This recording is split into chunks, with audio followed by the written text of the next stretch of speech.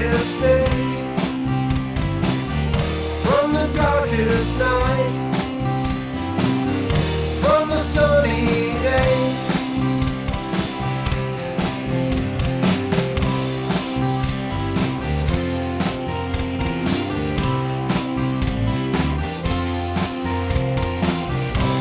I hope you learn something. I hope you learn something. I hope you learn something from the stormy seas, from the brightest days, from the darkest nights, from the sunny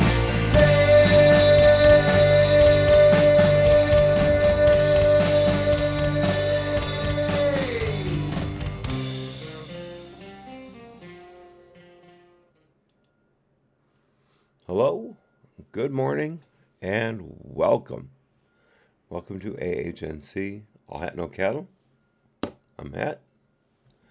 Today we're going to finish up what we started yesterday, which is Sally Moyer's closed-door testimony in front of the House Committee on the Judiciary and Reform and Oversight Committee.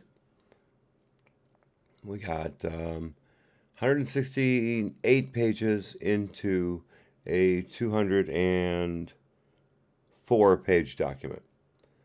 So why am I starting at 10? Why didn't I start at noon like I do other times? Because I have more to do today. If you didn't see my video yesterday evening, I will be taking a break right after I finish the Sally Moyer stuff, get set up, and then start the Loretta Lynch reading that was supposed to be for today. Loretta Lynch is close to 200 pages as well, so I won't be able to finish her in a reasonable amount of time. So I'm going to read Loretta from whenever I start, which is probably going to be around 1 o'clock, to 5 p.m. Central. Then I'll stop and start over again 10 o'clock tomorrow morning and finish it up. Loretta Lynch is the last on the list of the chronological order of the latest round of transcript releases by Representative Doug Collins of Georgia. So we're gonna get those done. Then Saturday I leave on a vacation for about a week, and hopefully by the time I get back, but not before, the IG report will drop. We'll be able to have a lot of fun with that. Hopefully you're not going to see a lot of weird stuff happening on the screen like you may have just now. My cat is running roughshod over my mouse pad, as she is wont to do. And she's going to be whacking my hand while it's on the mouse, thereby making control almost impossible. I will try to get through it. Okay, so that's basically everything that needs to be said. Let's start in with part 2 of Sally Moyer's interrogation. Not interrogation, witnessing of her part in the mid-year exam investigation. I want to say testimony again. Investigation. And remember, Sally Moyer was the, let me get it here, FBI unit chief at Office of Legal Counsel. And near as I can tell, she's still there. In fact, let's take one quick look at Let's take one quick look at a listing I have. Well, that's not it. Here it is. Let's see if she's in there. This is pretty much a definitive list of actors in your exam. No Sally Moyer. So that means she's probably still employed. She didn't do anything wrong as near as I can tell. She's been pretty straight arrow. She knows some things she's not talking about, but she's a good egg. Oh, you got some cattail in there, huh? Yeah, that's Lucy. Thanks, Lucy.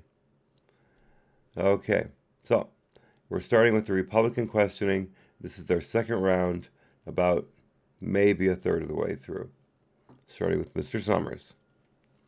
Mr. Summers, Prior to receiving the pre-document for the FISA application, the document from the agent that wanted the application, had you heard the name Carter Page before? Petard. Petard is one of Bessie's most annoying lawyers that I've ever seen. The guy's insufferable. Bessie, we may need to confer. Discussion off the record. Bessie, she's good. Back to the text. Ms. Moyer will not be able to answer the question, as it may impact not only special counsel's equities, but it may also impact any other FBI equity. Summers, she can't even answer the first question yes or no, and then, no, she cannot. That's Bessie. Baker, do you know if the FISC, the FISA court, had any concerns of, my understanding as the FISA moves through the FISA process, there's a back and forth with attorneys to add things that bolster it or whatever. Excuse me.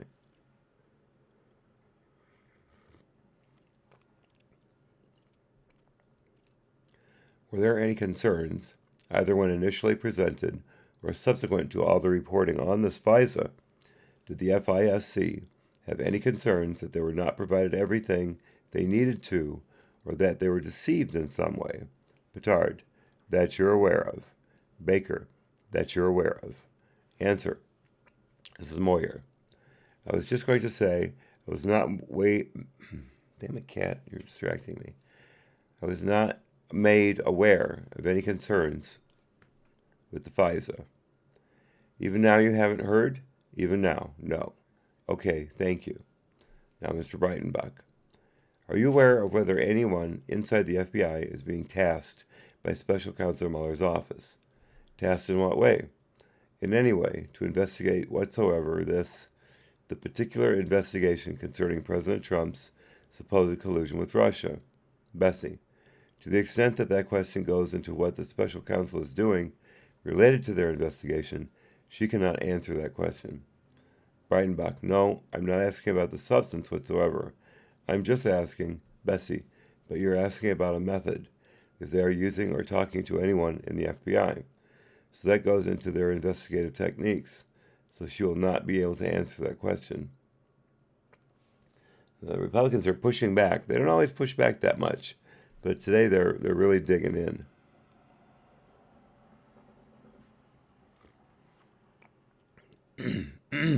Excuse me, I'm sorry. I didn't see that coming.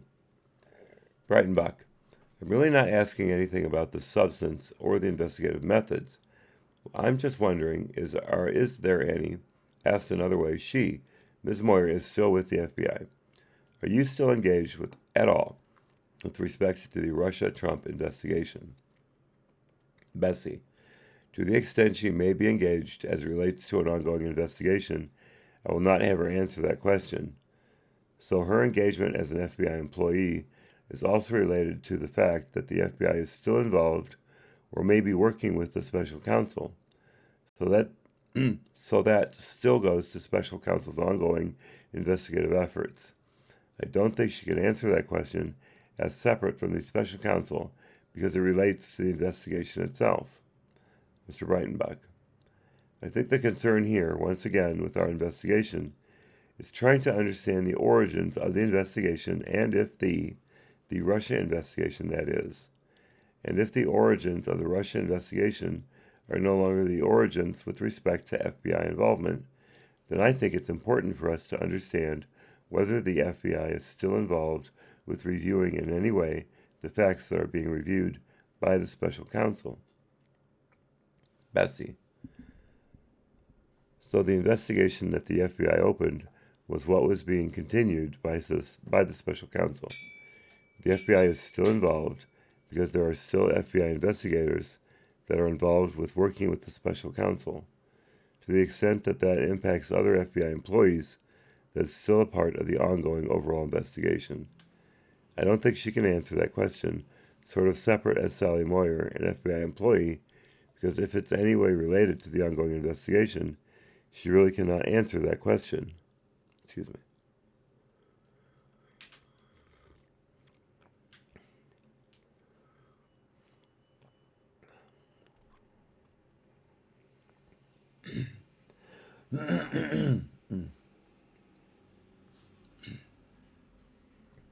worry, that always dies out.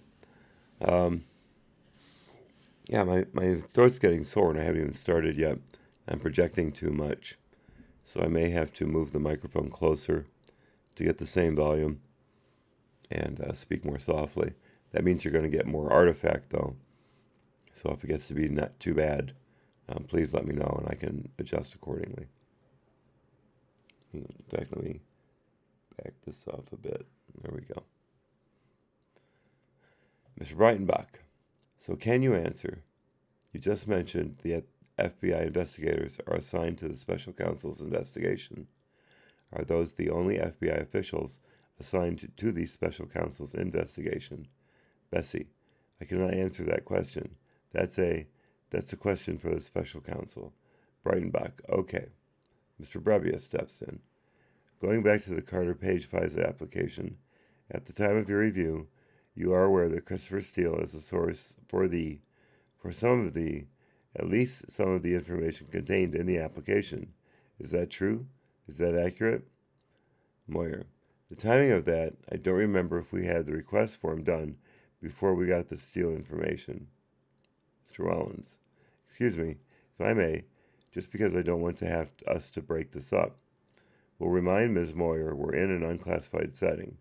For the questions along this line about the Carter Page FISA, if you can respond by giving unclassified or declassified information, please feel free to do so. We won't object. If you're not sure, please do ask to confer with the FBI counsel. Moyer, okay. Wellens, thank you. Mr. Brebbia, at the time of your review, are you aware that Christopher Steele is the source?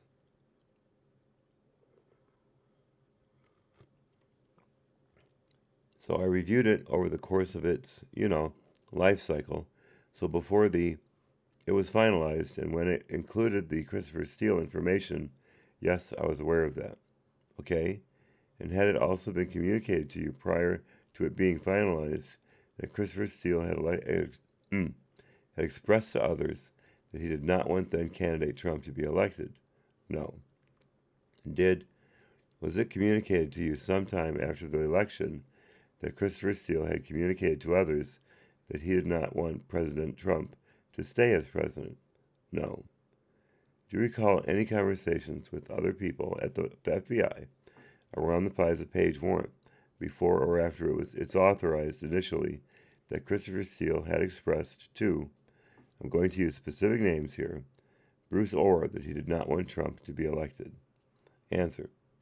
So I recall a conversation with Bruce Orr where he said something about Steele's position on Trump, but I don't know that it was that he did not want Trump to be elected. I don't remember those words.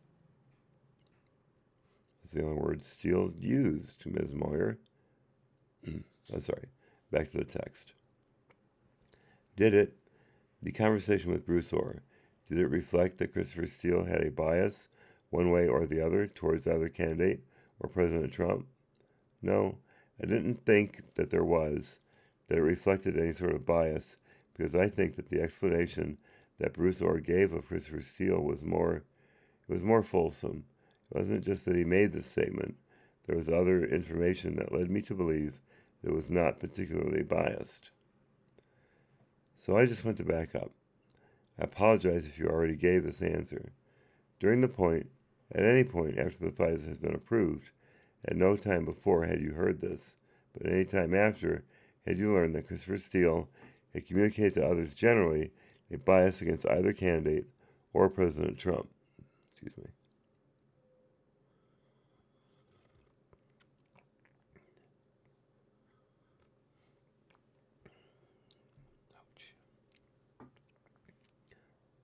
Again, I'm not sure I took it as bias. Bruce Orr made a statement that Christopher Steele had some view about President Trump. I don't remember the words exactly. Question. At the time you had this conversation with Bruce Orr, where are we in relation to the Carter Page FISA? After it was initiated. Had it been approved by the court yet? Oh yeah, when I say initiated, I meant approved by the court. Can you describe the setting of this conversation with Bruce Orr? It was a meeting at FBI headquarters between Bruce Orr and some of the investigators on what I would deem the Russia influence investigation, and I was a party. I was at the meeting. When was this meeting? November 2016, late November. Post-election? Yes. Post-presidential election? Yes. Why were you meeting with Bruce Orr? My understanding is that Bruce Orr reached out to the FBI and that he was told to meet with the investigative team. Baker. To the extent you can, that they're not below SES, who were the investigators present? For those of you who are new to this, SES is Special Employment Service, or Secure Employment. No, I think it's Special Employment Service, yeah, which is the level of employee of at least the FBI, if not federal government in general, that is above the GS pay scale. The FBI has a policy that you cannot name anyone below SES pay scale in an investigation.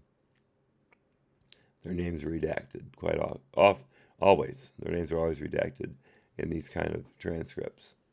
So if you see a agent name that's redacted, chances are high that it's a GS 15 or lower employee, non-SES.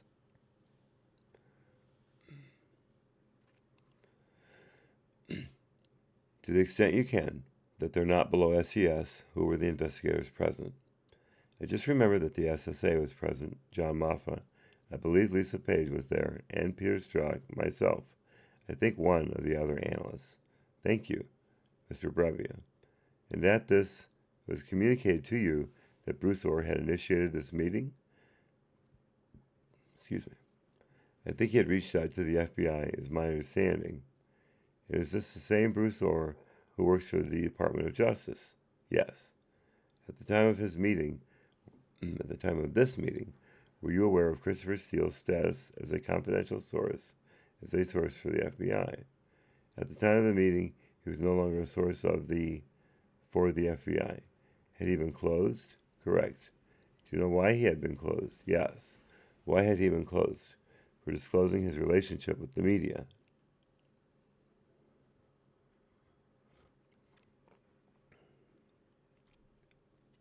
Excuse me. During this discussion with Bruce Orr, did Mr. Orr relate to you conversations he had with Christopher Steele? I think he may have talked about that. I don't remember the specifics. Like I said, there was... She's interrupted. Well, what did he talk about? I think... He interrupts again. Or what did Bruce Orr talk about? We were meeting. One of the reasons that the investigators were talking to Bruce Orr was to try to get further clarity about Christopher Steele and his reliability. After the FBI closed him, the investigative team was making efforts to try to figure out if there were other issues or trying to verify the information he had provided. So they wanted to talk to Bruce Orr because they knew that he had a relationship with him, so they're trying to get a better sense of his background, his reputation, the sorts of questions that you would ask others to try to verify your source reliability. Okay. A lot going on here. Let me see if I can break out the parts I want to talk about without flailing around too much. Bruce Orr relating Christopher Steele information to the FBI. Why was that done? Because the FBI fired Steele as an informant because he was leaking to the press. That's one of the no-nos if you're a confidential informant. Probably if you're an informant at all.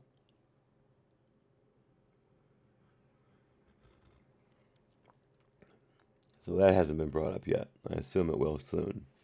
Hang on a second.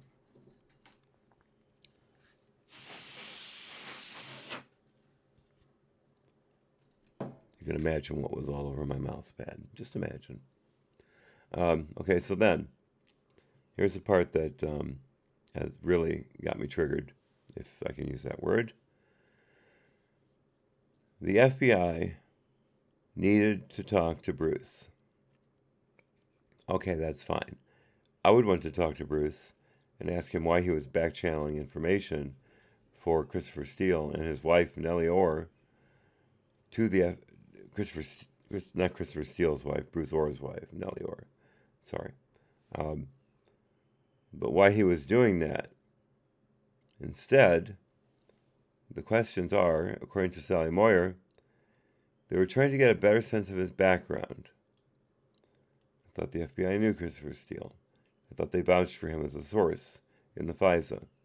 Something that you're not supposed to do, because it's not the source that matters, it's the material that matters. But somehow they forgot that. His reputation. Again, the FBI went to bat for Steele on that. Said he was a stand-up guy, great guy, really straight shooter, even though they had just fired him for talking to the press.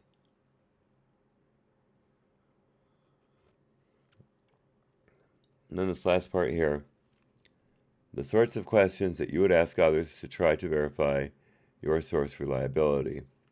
Again, the FBI told the FISA court that Bruce was totally reliable. That he was, again, stand-up guy, salt of the earth, yada, yada, yada. So now they're interviewing Bruce Orr to find out about Christopher Steele's authenticity. I don't see it. And if they were, they are, like the Democrats always doing, backfilling and whitewashing in order to try to get things to look normal when in fact they're anything but. Continuing. Question. And so I assume that one of those things, if it had been communicated to the FBI agents that Christopher Steele had expressed strong desire that candidate Trump not be elected president, that would have been information that the FBI agents would have been, and the FBI personnel would have been interested in receiving, right? And if that's how it had been communicated, yes. And if it had been communicated that way, it would have been documented. So I would expect so, but I don't write the documents. You would expect so. In a regular course of business, if you find that a source of yours has a bias against a potential target of yours, you would document that somewhere.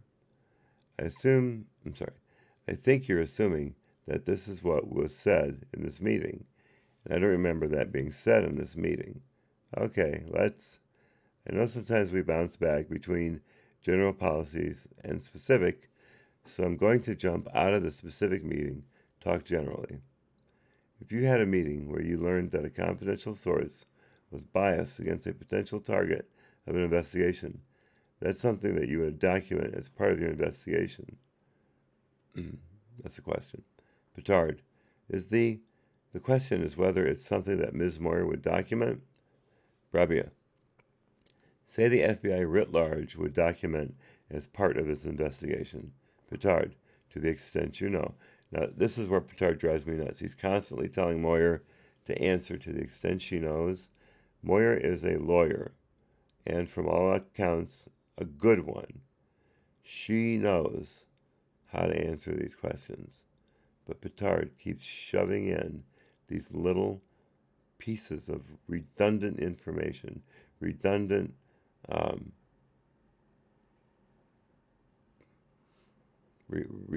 requests for her to testify in a certain way, or not in a certain way either.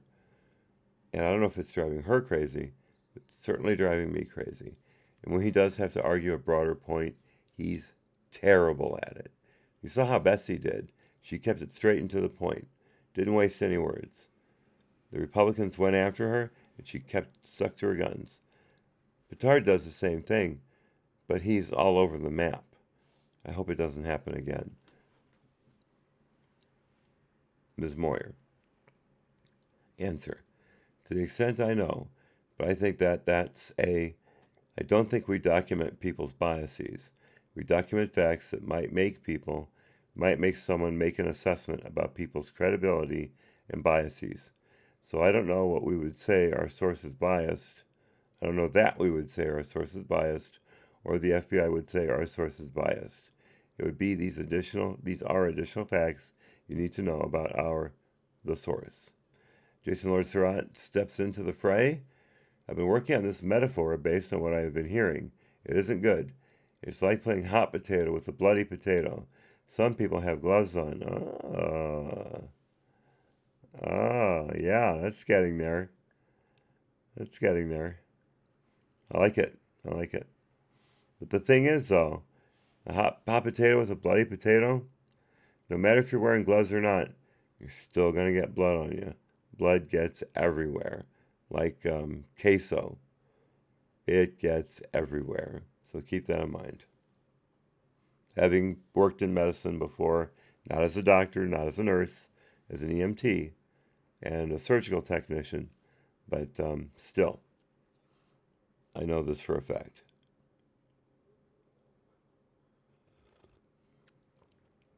And demonetized. Okay.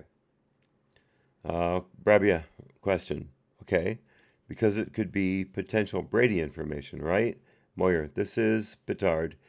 If you know, Moyer, I mean, the hypothetical, of course. Anything could be potential Brady information. Okay. Well, let's pull it back to the Breitenbach. Actually, do you believe Brady applies to FISA? Moyer, yes. Breitenbach, yes. Moyer, I mean, I haven't thought about it legally, but the way the FBI operates is if exculpatory information would have to be included in a FISA. And as I'm sure all of you know, Brady applies to the ruling that the prosecution during discovery with the defense has to share any and all possible or fully exculpatory evidence with the defense. All of it. And a lot of convictions get overturned because of Brady violations, because the prosecution held on to one piece of evidence that may have worked as exculpatory towards the defendant. Boom, conviction's gone. Happens more often than it should, because it shouldn't happen at all. Brevia. This interaction with Bruce Orr, how was it documented? It was documented in a 302. Who was the author of the 302? I think the SSA authored the 302. Would you have documented anywhere? No. By Mr. Summers. Would that 302 then go into the Woods file? No. The Woods file relates to specific facts in the application, so it would have gone to the file, the case file, and then if the FBI referenced that conversation in the next application, then it would go into the Woods file too. But if the source is in the FISA, does the information about the credibility of the source go into the Woods file? Excuse me. So part of the FISA includes a statement about credibility, and there could be documents in the Woods file that would verify that statement. So if that statement includes something from this 302, it would include that 302. It could include other information. The other thing to keep in mind is that source information is closely guarded because it could reveal the identity of a source, which is something the FBI is very careful about. And so there are times when there's just references in the Woods file to go to the source file. Baker. You say there might be something in the Woods file about credibility of the source. Could be? There could be, yeah. And would that likely be the past history track record of the source? Correct. Usually in a FISA, it will say that source number one has been credible and reliable in the past, and that statement has to be woodsed, and it can be woodsed in various ways. Woodsed. I like that. Answer. And by woods, I mean I have an underlying document to support it. Okay. Is it unusual? You may not know this. This may be more of an investigator question. Is it unusual for sources, during the course of their useful lifetime, to an investigative agency? Is it unusual for a source to be closed and reopened? Petard, in your experience. Moyer, I don't have sources, but I have seen cases in which the sources are closed and reopened. Yes. Baker, thank you. Brevia. Let me stop there. That is a question designed specifically to say, why didn't the FBI reopen Steele as a source Why did they instead use Bruce Orr as a back channel for Steele and Nellie Orr's information?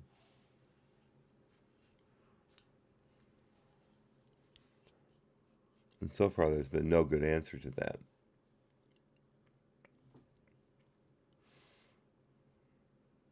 Okay, Mr. Brebbia. How many? Is that the only meeting you had with Bruce Orr? Yes. Are you aware of any other meetings that Bruce Orr had with the FBI? I believe that he continued to meet with either the case agent or SSA. Are you aware? Was this the first meeting Bruce Orr had with the FBI? I believe he had met with the deputy director before he met with the investigative team. Had you had any previous interactions with Bruce Orr? No.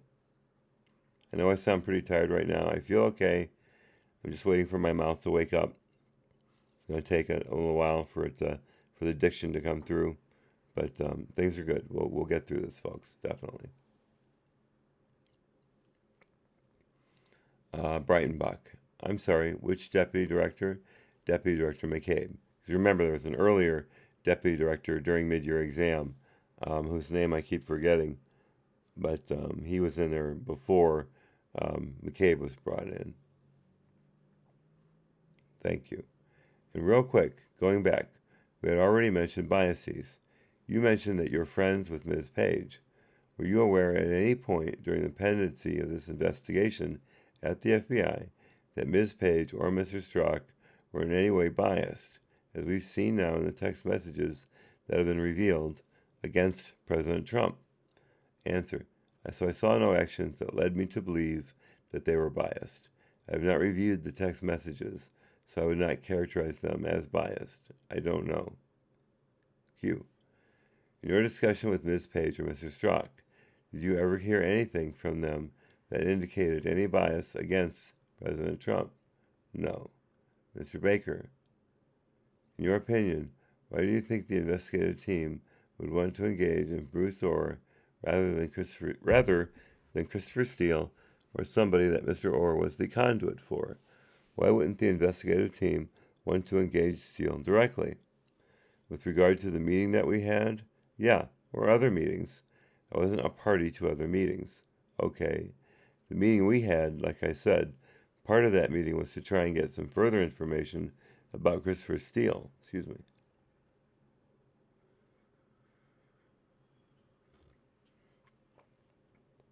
We wouldn't ask him. We'd ask other people about his, history, reliability, things like that.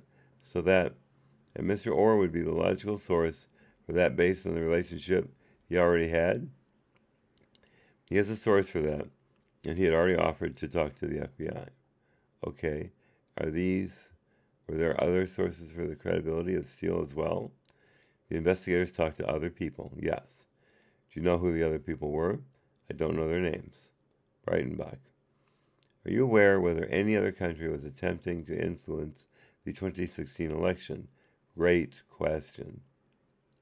Are you aware whether any other country was attempting to influence the 2016 election? Wasn't that exactly the same sentence? Are you aware of any other country? Yeah, it's the exact same sentence. Anyway, Wellens, I think we better confer before she responds. Discussion off the record. Wellens, could we have the question either read back or asked again, please? Breitenbach, sure. Are you aware whether any other country was other than what we now believe to have been Russia, was attempting to influence the 2016 election? Petard, so are you aware of any country other than Russia that was trying to influence the 2016 election? And is the question at the time of the election, were you aware of any country other than Russia, or is it as of now? Breitenbach, Petard interrupts, I think that would matter to these guys. Then let them ask the question. Jeez. Breitenbach, sure. I'm only referencing the 2016 election, presidential election. Petard. And what she knew at the time of the election? Breitenbach, yes. Petard. So I think you guys are fine with her answering that, right? Wellens, she can answer the question. Sinton, just to be clear, because you're asking her about her state of knowledge and the understanding about the 2016 election back at that time of the 2016 election. Correct. Moyer. No. All that for a 2-letter answer. Thank you, lawyers. Mr. Breitenbach, would you have been aware in your position of another country attempting to influence the 2016 election? I don't know. I'm just asking as a unit chief. I'm just wondering, as a unit chief, is that kind of... We now understand that there was an investigation of Russia that came to your unit for legal advice. So would another country who was attempting to influence the election, would that also have been proceeding through your unit? Or was there another unit within the General Counsel's office that would have handled that kind of investigation? I really don't know. There were two. By that point, there are 2 counterintelligence law units, so I don't know if it would have come to me or not. Those of you who are new, I speed read. I read by phrase and I read by context, so I don't normally see or say all the words in my head. I'll see them, and I'll just breeze right through them. So something like an and or a she, those don't get processed as hard as a verb or a noun that is hard wired into the sentence. And the other thing is, when you speed read, you don't pronounce the word fully in your head. You see it, and you move on. So words like counterintelligence, investigation, I slur those sometimes because my brain's already processed it. And so I don't need to say it out loud. I've already got it up here. And it's hard to relate that to actually reading aloud. I'm trying my best, but sometimes I screw up. I hope it's not too bad for you. Thank you. To finish the question again, would another country who is attempting to influence the election, would that also have been proceeding through your unit, or was there another unit within the General Counsel's office that would have handled that kind of investigation? Answer: I really don't know. There were 2. By that point, there are 2 counterintelligence law units, so I don't know if it would come out to me or not. We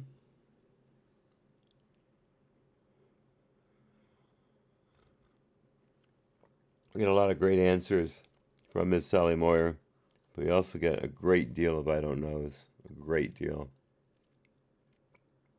I'm not saying all the questions are on target, but she sometimes doesn't know a lot. Okay, question. Okay, no, that's helpful. So it would. It's possible then, if another country was attempting to influence the 2016 election, that you may not have necessarily known, because that legal guidance on that particular case had gone through a different unit? It's possible, yeah. Okay, are slightly related, but are you aware whether any other country was attempting to influence Hillary Clinton or her campaign, Petard, as Breitenbach, during the 2016 election? Discussion off the record. Wellens, could we have the question read back or re-asked, in part because no one remembers precisely what the question was? Breitenbach, so are you aware whether there was were any efforts during the 2016 election to influence Hillary Clinton or her presidential campaign? Moyer, by a foreign power? Summers, yes, by a foreign power. Petard, and so the question would allow for things that were in the public sphere at the time? Breitenbach, I'm not asking Ms. Moyer to reveal anything classified in this room. Petard, right.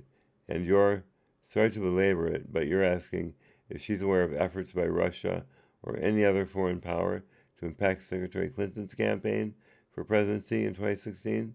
Yes, I think we have. I think that's accurate to rephrase. I think we have been. We have understood that there has been an investigation for nearly 2 years of President Trump's, or accusations that President Trump and his campaign may have connections with Russia.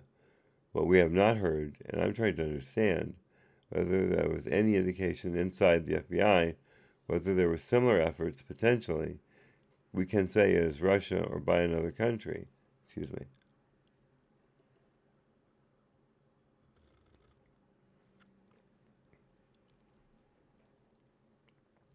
And what I'm asking is Ms. Moyer aware of any, and I'll just ask you directly, are you aware of any efforts to include Hillary Clinton or her campaign by a foreign power during the 2016 election? Ms. Moyer, I'm having a hard time just because of what you mean by influence. Are you? Petard, I'll just posit one thing that I think will help. It might not clear it up, but one thing that I think was in the public sphere at the time of the 2016 election was the effort, or apparent effort, of Russia to hack the DNC and influence Clinton in that regard, or influence her chances of winning in that regard. You probably aren't asking about that. You might want to exclude that, or I think it was in the public sphere already, and so she probably knew about it because it was in the public sphere. That's what I want you to clarify. Petard. I hope I never see him again. Breitenbach. I'm not referencing anything. I'm referencing only whether Ms. Moyer is aware whether there were any efforts to influence Hillary Clinton or Hillary Clinton's campaign during the 2016 election.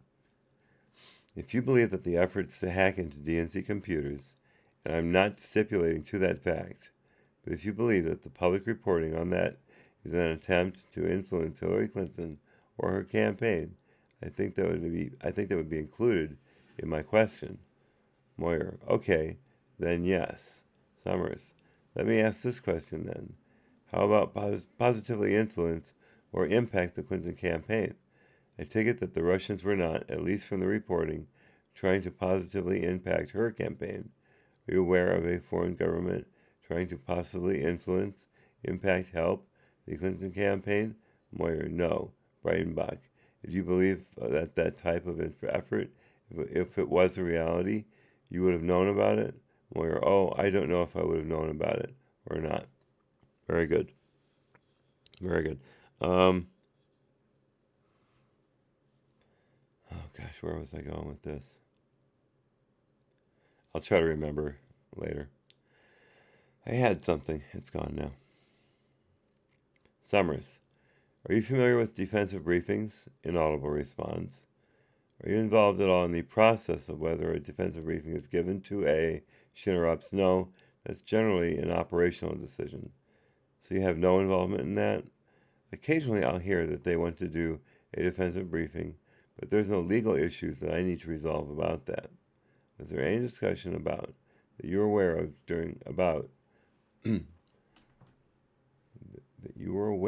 about doing a defensive briefing as it relates to Carter Page? Okay. Defensive briefing to Carter Page? No, to Donald Trump as it relates to Carter Page. Answer. I was involved in a discussion in which they talked about doing a defensive briefing for Donald Trump generally, but not with regard to Carter Page specifically. I don't remember specifically talking about Carter Page. Brevia. Sorry, I just want to pivot back to the Bruce Orr meeting and Bruce Orr generally. There's some specific verbiage that may help refresh your recollection. Petard, and before you, I think we've been going for about an hour and 10. If this is about to wrap up, then yeah. 2 questions, I think maybe 3, I think 2. Summers, I think what we're trying to do is, we're running slightly over on this hour so that we don't have to do another round. So we're going to run 15, 20. I think we should be within about 5 more minutes. Rebia, was it ever communicated to you that Christopher Steele was desperate to prevent Donald Trump from winning? Was it ever communicated to you in any fashion that Christopher Steele was desperate to prevent Donald Trump from winning? That's, again, the same sentence twice. Weird. That might be the word I remember being used. This is Moyer's answer. Is that what you asked me before? I apologize if... No, I did not have the word desperate, but I guess you'll never know what will refresh someone's recollection. How about, was it ever communicated to you in any form that Christopher Steele was willing to do anything to keep Donald Trump from winning? Answer: I don't remember that.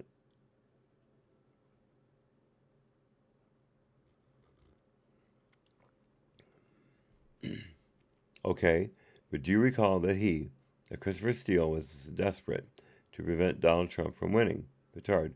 Or more precisely, that you heard somebody say that. Brebbia. That it was communicated to you. Yes, that was communicated to me. What actions, if any, did you take as a result of receiving that information? I didn't take any actions. How did you perceive that statement? In combination with the rest of the discussion, I think that we already knew that Christopher Steele had his opinions because he had spoken out about them to the source handler, when the source handler called him about his discussion with Mother Jones, I think. So it was just an additional fact. It was just an additional fact point of information that I thought we had already known. Just so we're clear, what were those options? What was Christopher Steele's opinions that he had expressed to both Mother Jones and his source agent, and Bruce Orr? So I think he was concerned. Well, I don't know exactly what his thoughts were. I've never met Christopher Steele. The way I interpreted the discussion we had with Bruce Orr is that Christopher Steele was a longtime Russia expert, and he had truly believed that the Russians were attempting to influence U.S. democracy, and so he was very concerned about the efforts that they were efforts that they were taking. That was my screw up. Continuing on. And because of that, he was upset with the actions that the FBI director took that he thought had an impact on the election, and therefore he talked to Mother Jones, which was not something we would have wanted a source to do. Breitenbach. I hadn't heard before. Excuse me. I hadn't heard before that.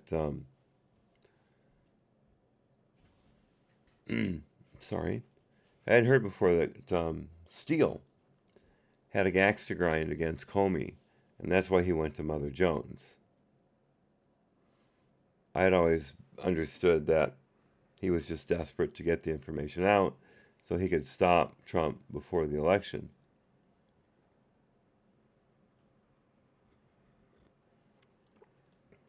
This is a kind of a minor revelation, for me. Okay, file that one away. Breitenbach. Are his views concerning his desperation that President Trump not win, are those views that you believe should have been communicated to the FISA court? I think they were communicated to the FISA court. Maybe they didn't use that exact word, but I think the fact that he was concerned about the actions of the FBI, and that's why he disclosed his relationship to Mother Jones. That was explained, and that's why we closed him. And I think that was explained in the next packet, or the next renewal for the FISA question. I thought I understood. Wellens interrupts. I'm sorry. It's perhaps because I'm looking forward to getting out of here, and I know you're wrapping up. I think I'm going to beat you to it, but I don't think that was precisely the question asked. So we can wrap this up. Please listen carefully to the question that was asked and respond to the question. I think there was a question about, were you concerned? So if you could just please focus on the question that's actually being proposed. Breitenbach.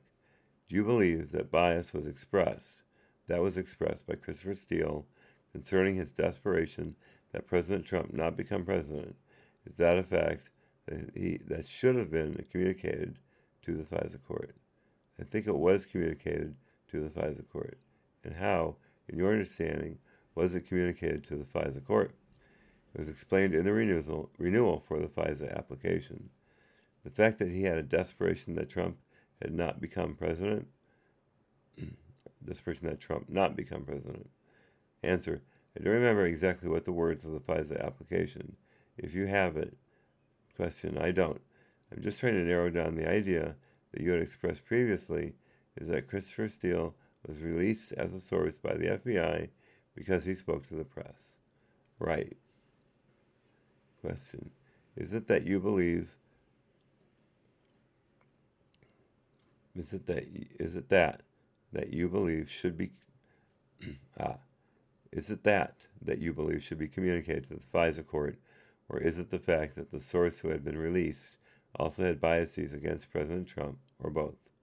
So, I've not ever described this as bias. Just this is a fact that I'm aware of. I'm not sure if I would assess it as a bias. I believe that the reason that Christopher Steele was disclosed as a source needs to be described to the FISA court, and that was described is my understanding, my recollection. Excuse me.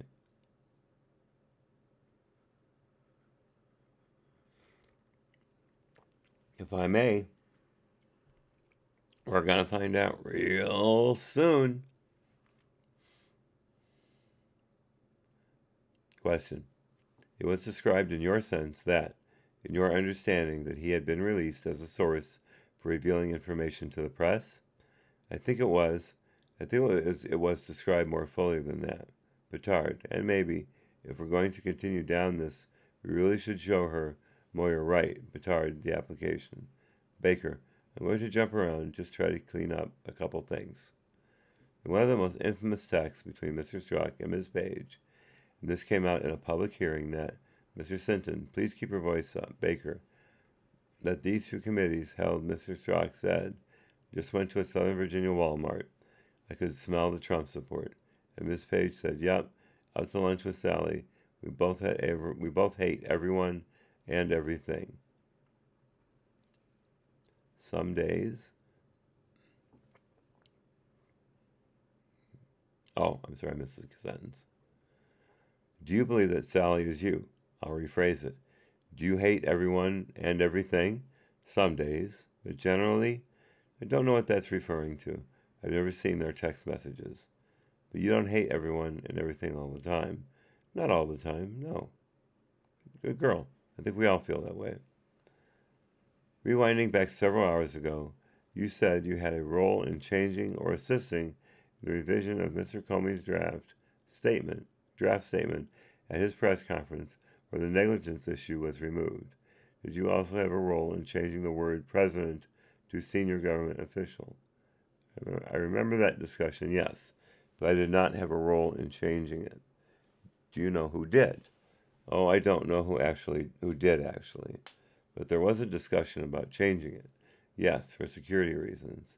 Okay, and that was the underlying issue for security reasons? That's my understanding, yeah.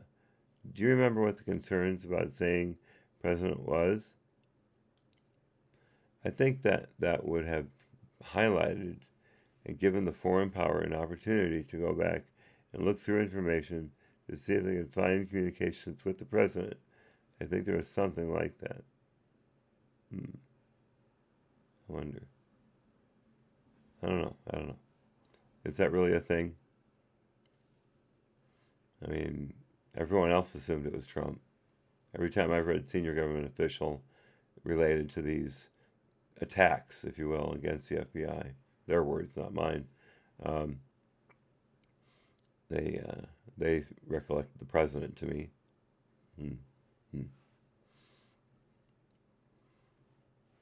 Okay. So finishes up. Okay. Breitenbach steps in.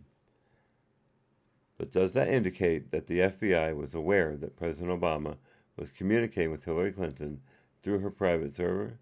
That is true, I believe. Did you have any indication, ever, whether those communications were accessed by a foreign power? No, not that I'm aware of. Baker. In addition to Bruce Orr being a conduit of some information to the FBI, were you aware that former General Counsel Jim Baker also received information from individuals, and that was the gateway of that information into the FBI? I was aware that Jim Baker had received some information. Yes. Do you know who he got the information from? Yes. And who was that? My understanding is that he received some copies of the Steele reporting from David Corn, and that he received some other information from Michael Sussman. And who is Michael Sussman? Former DOJ attorney. Okay. And what did Mr. Baker do with that information? He provided it to the investigators. Do you know what the information was, you said, of some of the Steele reporting? So I think that David Korn provided copies of the Steele reporting, not the copies of things we already had. From Sussman, it was not related to the Steele reporting. It was related to the Trump server communication. Excuse me.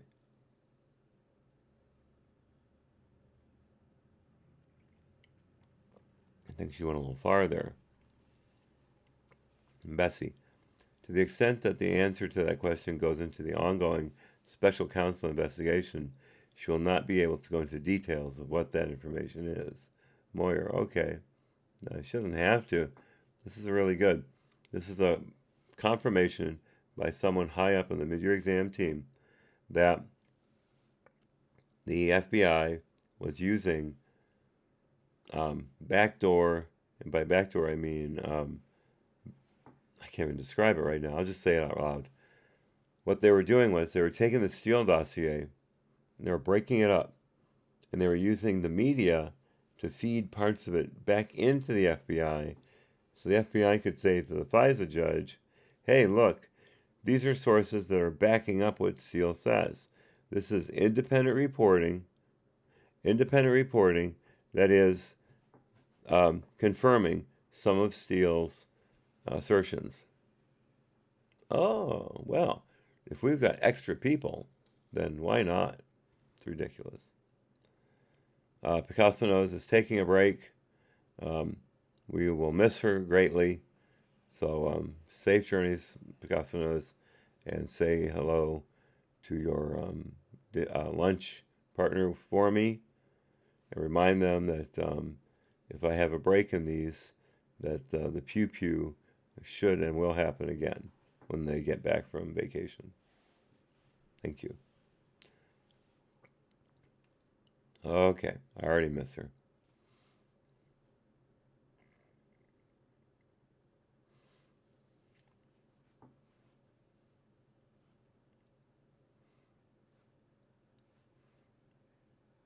Oh, and I forgot Michael Sussman, former DOJ attorney. So I forgot to mention that in my little rant there. Not only was it um, was it newspaper sources or journalism outlets, journalism in scare quotes. Also, you've got a former DOJ attorney feeding stuff in. And I think I forgot about Sussman. This is interesting. That's this is former. So anyway, question. Okay, and what did Mr. Baker do with the information? He provided it to the investigators. Did you know what the information was? You said some of the Steele reporting. So I think that David Korn provided copies of the Steele reporting, not copies of things we already had. From Sussman, it was not related to the Steele reporting. It was related to the Trump server communication. I'm sorry, I already read that. I forgot that I scrolled down. And then Bessie says she can't go into details. Moyer says okay. Baker, I believe you said earlier in your role as the unit chief or the line attorney, one or the other, you did read the probable cause part of the Carter Page FISA. Yes.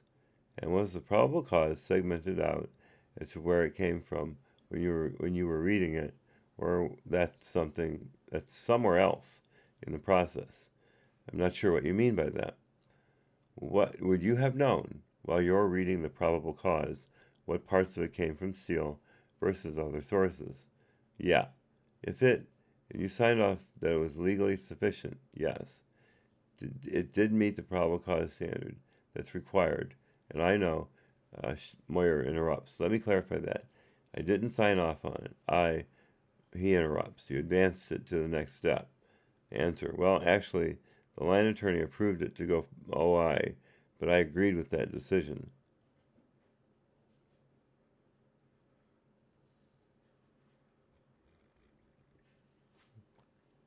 Excuse me. If it did not have the Christopher Steele information in it, would it still have been sufficient from a probable cause standard? So I think it's a close call, like 50-50, 51-49. I think it's a really close call. There were others that I believe felt more strongly about it. I do think more strongly about, interrupted, that there was a probable cause without the sealed information, including the line attorney that signed off on it. But, so even without the people that felt it was sufficient without it, it was still a close call? Right. It sounds like, she interrupts, with it, I don't think it's a close call. With it, I think that clearly meets the probable cause standard. Right. But without it, there are those that felt it did meet a probable cause standard. Yes. And those that didn't, it was still a close call, or she interrupts. Yes. Okay. So it was a close call by those that looked at it or had a discussion about it, and maybe some that felt it was sufficient without it? Correct. Thank you, Mr. Summers. I think we're done. Okay, they go to 4:25 p.m. This is Ms. Shen. Okay, I'm gonna go to clouds for just a couple minutes and close my eyes. We're on the home stretch. We've got screw it. I'll just go. We've only got 6 pages to go. What the hell? I'll take a nap between this and Loretta Lynch. Soldier on. Like I'm some kind of brave person. Jeez. Okay, Ms. Shem. Okay, the time is 4:25. I can't stand Shen. This ought to be bad. So, and remember, the Democrats whitewash, rehabilitate, backfill, Trump tweets, possible mention of House Resolution 209, or was it 207? I think it's 209, 907. That's it, 907. And anything done on the basis of political leanings or political bias. So the time is 4:25. So, Ms. Moyer, this is Shen again. I just want to follow up on something. The last thing we talked about in the previous round about the Carter Page FISA and whether it was a close call when the reviewing attorneys looked at the application and the evidence. So I believe that last round you said that the line attorney in charge of approving the Carter Page FISA application did not believe it was a close call. Is that accurate? Yes, that's accurate. Okay. And I also believe you said that even without the Christopher Steele dossier, the line attorney believed that there was probable cause to support the FISA application. Is that correct? Yes, that's correct. Yeah, the line attorney may have felt that way, but Andrew McCabe didn't.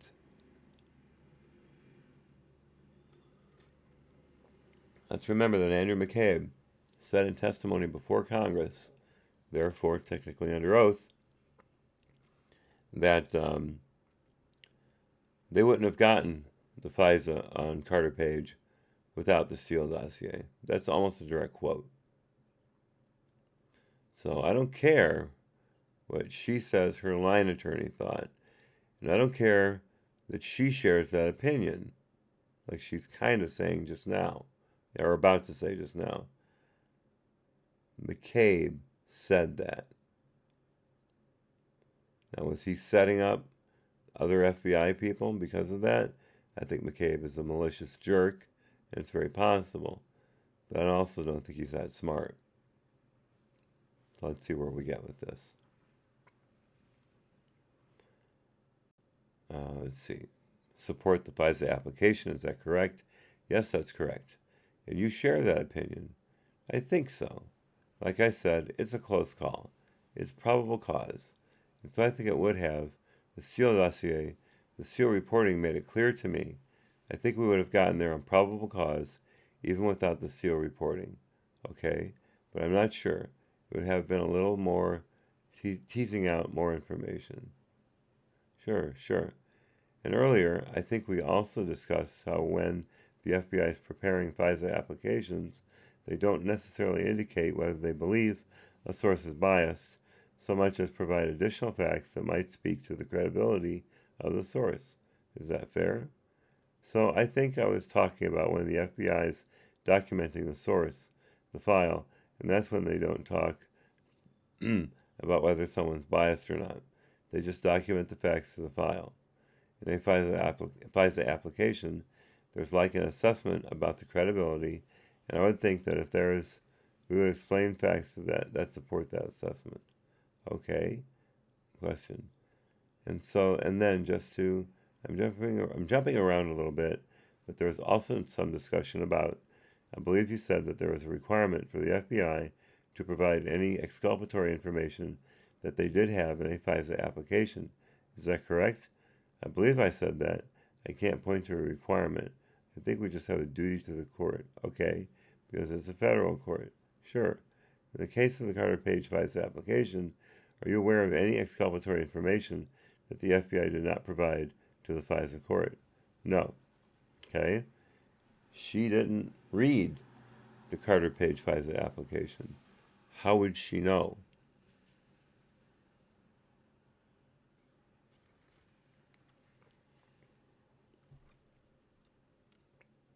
And how much exculpatory information came out after the FISA was asked for? If I'm not mistaken, those Bruce Orr um, questionings, interviews, happened in November of 2016.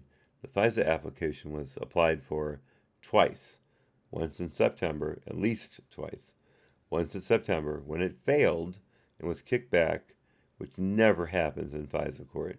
I think something like 3% of FISA applications are kicked back. Second time around, they got it. They nailed it. And they're not talking about that. They're talking about that time frame, but they're not talking within that time frame. So whatever Bruce Orr knew and then told the FBI about would have been months after, at least a month after, his FISA application went through. So this is really a bull bunky question. Bull hockey. Isn't that what, let's see, Colonel, what's his name from MASH? He used to say that all the time. Bull hockey. Horse hockey. That was it. Horse hockey. Okay, so, question. Okay, so I'm going to introduce now an exhibit that is pages 15 through 17 of the Carter Page FISA application that was released under the Freedom of Information Act and thus heavily redacted. Yeah, tell me about it. And on page 15, the first page of the exhibit, there's a section entitled Page's Coordination with the Russian Government Officials on 2016 U.S. Presidential Election Influence Activities. And I'll give you a moment to review. Okay, so on the first page of the exhibit, page 15, there's a sentence that reads, first, according to information provided by an FBI confidential, it says no, conventional human source, source number 1, and then, comma, and there's a footnote, footnote 8. And then at the bottom of the page, footnote 8 begins, and I'll actually ask you to turn the page to page 16, where the footnote continues. And one of these sentences on that page reads, the FBI speculates that the identified U.S. person was likely looking for information that could be used to discredit candidate one's campaign. Yeah, that's what he was doing. So, Ms. Moyer, there have been allegations, and we've discussed some of them today, that FISA's below it, that the FBI and the Department of Justice may have abused the FISA process because they failed to disclose a possible bias or political motivation from Christopher Steele to the FISA court judges. My question to you is, do you believe that the FBI or Department of Justice abused the FISA process because they did not provide more information to the Foreign Intelligence Surveillance Court on Christopher Steele in Carter Page's FISA application? No.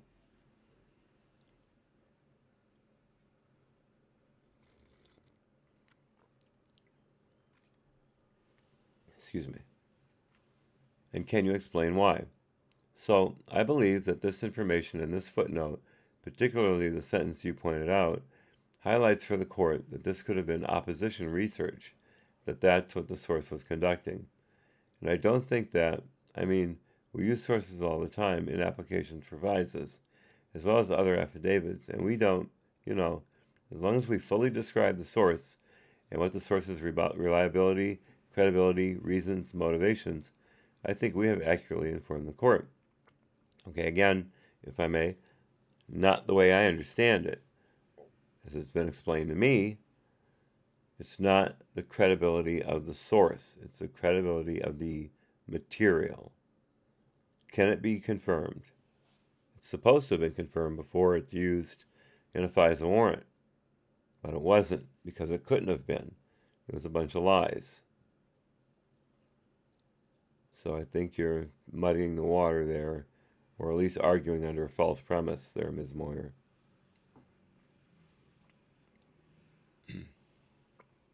Okay, back. Question. And do you believe that the FISA court judges may have overlooked this information because it was contained in a footnote? Oh, no. Okay, so FISA courts do tend to read footnotes? That's where this information tends to be. Why? Why wouldn't it be up top in the, in the body where it would be the most important? Okay, so further down on the same page, question from Shen. Page 16, it reads, notwithstanding Source 1's reason for conducting the research into candidate number 1's ties to Russia, based on Source number 1's previous reporting history with the FBI, whereby Source 1 provided reliable information to the FBI FBI believes Source 1's reporting herein to be credible. Ms. Moyer, do you agree with that assessment? Frog Joker steps in. It sounds a lot like they're saying if they all tell the same lie, it's not really lying. Oh, dude.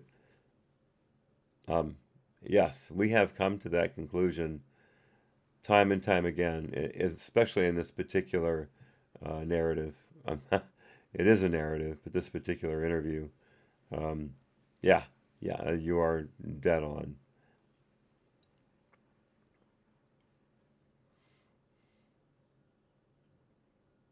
Ms. Moyer, do you agree with that assessment? Yes. To the extent I don't usually run sources, so I can't say, I was not directly participating in the source handling, but I believe that the sentence is accurate. So you have no reason to doubt that Christopher Steele provided credible information to the FBI. Correct. Okay, thank you. I think we're done. Oh, that's it? Petard. If I could just say before we break, to reiterate that Ms. Moyer is not a political official at the FBI. She is not an SES person. She is a line person, and therefore we would very much appreciate what I think the committee has done, or committees have done over the last couple of days, which is to keep her presence here out of the media. There was some discussion earlier about her name getting released inaccurately, a couple of months ago in this process. It was a very unfortunate event. And we would just sort of reiterate our ask that the committee respect her privacy, particularly given her role here, and that her name remain confidential and not in the public sphere. And I think the committees have done that today. I haven't been looking at the news, but I certainly hope so. I appreciate that. I would ask that respect continue to be shown to her. Again, petard, on and on and on, when he could have just said 2 sentences and been done with it. Wellens. If I may, I just want to point to that. Despite some mischaracterizations in some of the reporting, as you've heard today, Ms. Moyer does work on intelligence investigations and operations at the FBI. Excuse me.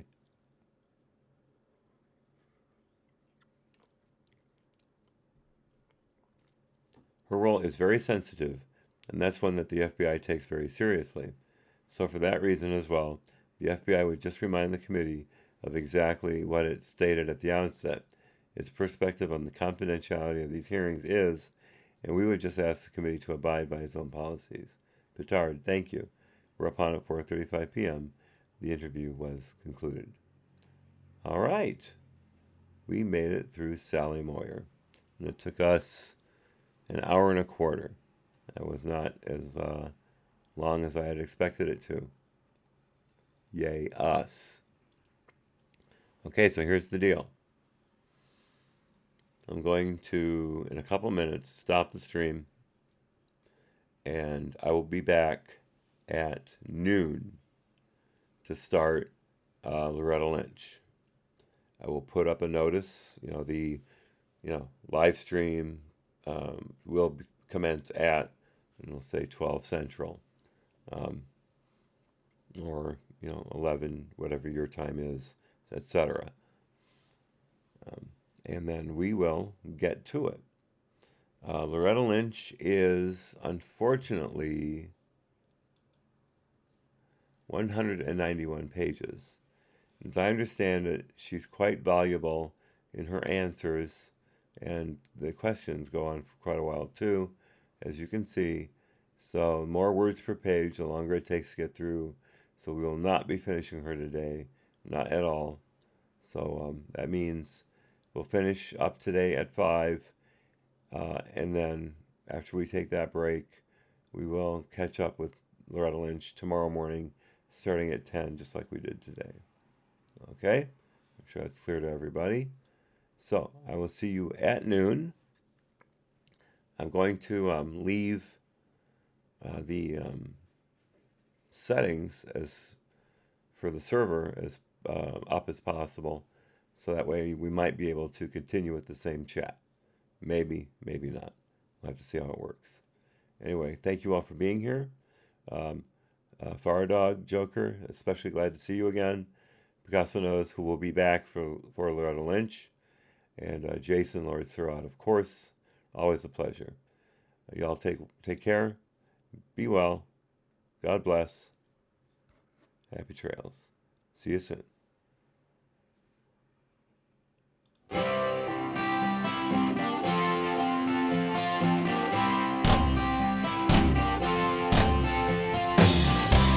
I hope I learned something. I hope I learned something. I hope I learned something from the stormy seas, from the brightest days, from the darkest nights, from the sunny days.